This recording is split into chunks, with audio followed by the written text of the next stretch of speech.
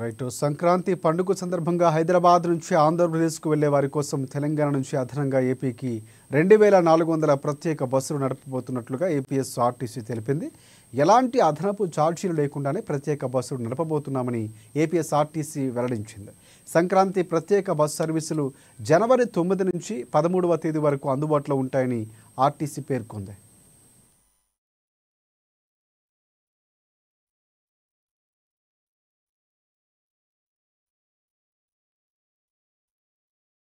ఇక తాజాగా తెలంగాణ ఆర్టీసీ అధికారులు కూడా కీలక నిర్ణయం తీసుకున్నారు. సంక్రాంతి పండగకి 5000 ప్రత్యేక బస్సులు నడపబోతున్నట్లు చెప్పారు. ఈ బస్సులు తెలంగాణ జిల్లాలతో పాటుగా ఏపీలోని పలు ప్రాంతాలకు నడపనున్నారు. జనవరి మొదటి వారం నుంచి 10 రోజుల పాటు ఈ బస్సులు నడవనున్నాయని తెలిపారు. అయితే ఈ బస్సులు ఏ రూట్లలోనే నడుస్తాయనే అంశంపై కూడా త్వరలో ఒక క్లారిటీ ఇస్తామన్నారు టీఎస్ఆర్టీసీ.